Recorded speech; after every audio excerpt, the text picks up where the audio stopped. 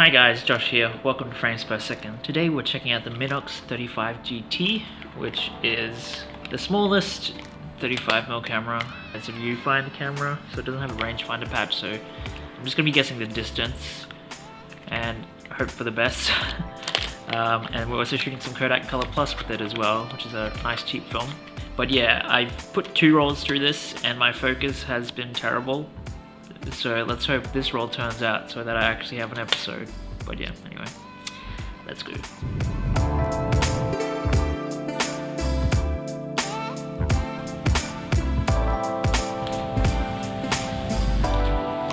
It's all aperture priority, so you set your f-stop, you set your focus, take the photo, it selects the shutter speed for you. So the shutter goes up to 500, it goes down to a 30th.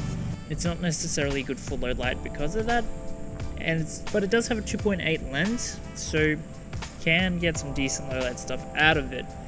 But just know there might be motion blur due to the camera picking the shutter. You can select your ISO, and it goes up to 1600, so you can't do 3200 unless you want to overexpose it to stop. It is really tiny. It's smaller than the Rolly 35. There is a 2-stop exposure compensation for when you're doing backlit scenes.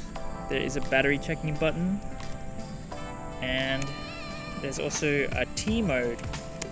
So I guess, yeah, you can keep the shutter open for a bit if you've got a tripod. Now, for the most part, it did get the exposure right, and obviously it was a bright sunny day.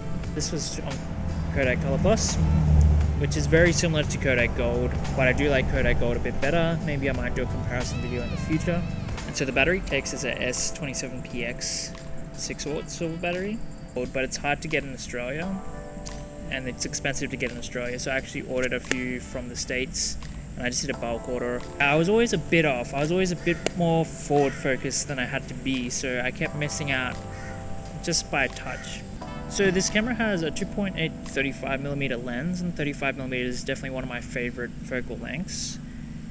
But one thing I will say is that it is prone to flaring, and it does come with this little lens hood, or at least you can get it with this. It doesn't always come with it. And so I was able to get this, but I didn't use it for this video, which I should have, so that's a mistake on my part. But the main reason that I didn't use it was because you can't close it when this is on. So I wanted to just be able to throw it in my pocket, take photos randomly, and not have to worry about putting this on properly, which can be a little bit tricky to make sure you can still see your focus distances with it on. Obviously you're not going to get Leica level results out of this, but if you're looking for a really pocketable camera, this is a pretty great one. There's a few shots I like, a few that are quite usable, and unfortunately there's some good ones that aren't in focus or have too much motion blur because I just move too much when I press the shutter button. I definitely recommend this camera. I do like the size, the pocketability.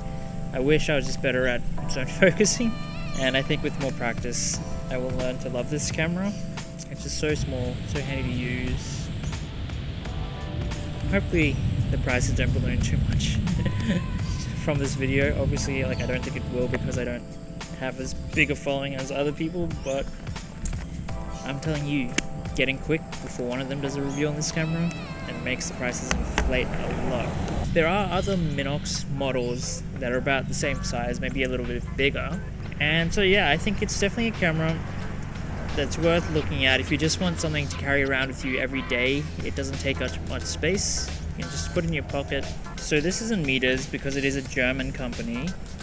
Like with a few of my lenses and cameras, I'm always having to go back and forward between feet and meters. And so a lot of time that can be not necessarily confusing, but I do misjudge the distance because I might be thinking feet instead of meters or meters instead of feet. Because it has been a while since I've done zone focusing, I really only did it a lot on my Melbourne trip last year, and I haven't really done it this year because obviously COVID, I haven't been going out in the street as much, haven't had time to practice it. So I've been out of practice, and I will admit that I do have quite a lot of shots out of focus. Even though my focus hit rate and motion blur hit rate was definitely not what I wanted it to be, that's more of a me problem. The camera itself, it's got a good lens which can be sharp when you're obviously in focus. It fits in basically any pocket. unless you have a significantly tiny pocket. And because of its small size, you're able to get more shots from your roll of film. Like this roll was 39 shots, so that's 3 extra shots. Sometimes you might be able to get more. Yeah, it's got a nice little shutter button here, and so this, it only goes when the camera's open like that, so it is kind of handy to just throw in your pocket and not worry about losing shots. One thing I will say, because of the cameras I'm used to using, I definitely push down on this shutter too hard, so when I'm taking a photo, quite often my hand kind of moves the camera too much, so there's a fair bit of motion blur. That's a me problem.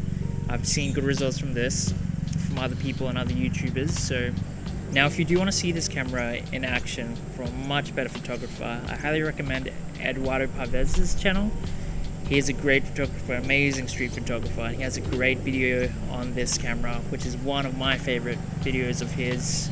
I'll probably put it on one of the end screens of this video, but it's basically him shooting the Minox with Kodak Color Plus, which wasn't intentional, but he has a great video of him just walking around New York with this camera and Kodak Color Plus, and the images turned out amazing, and he's much better at zone focusing than I am. He's much more practiced, so I highly recommend that video, so go check out that video.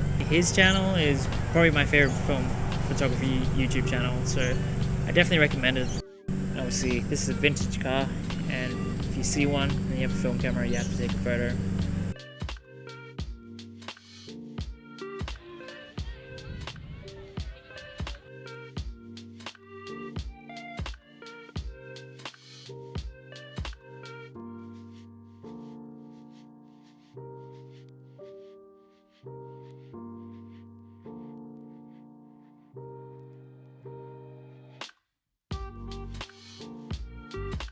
Now, while I did say it's not great for low light, one of the accessories you can get for it is this flash, which just sits on the top. I think like most cameras, it probably syncs at a 60th, and so it kind of has all your information on the back of the flash about how far away you should be depending on the eye. So I hope you like the video. Please let me know your thoughts on the images and the camera in the comments below. Thanks for watching, guys, and as always, feel free to like and subscribe, turn on those post notifications so you know when there's a new episode. Anyway, I'm Josh, this has been Frames Per Second. Just get out there, shoot some film.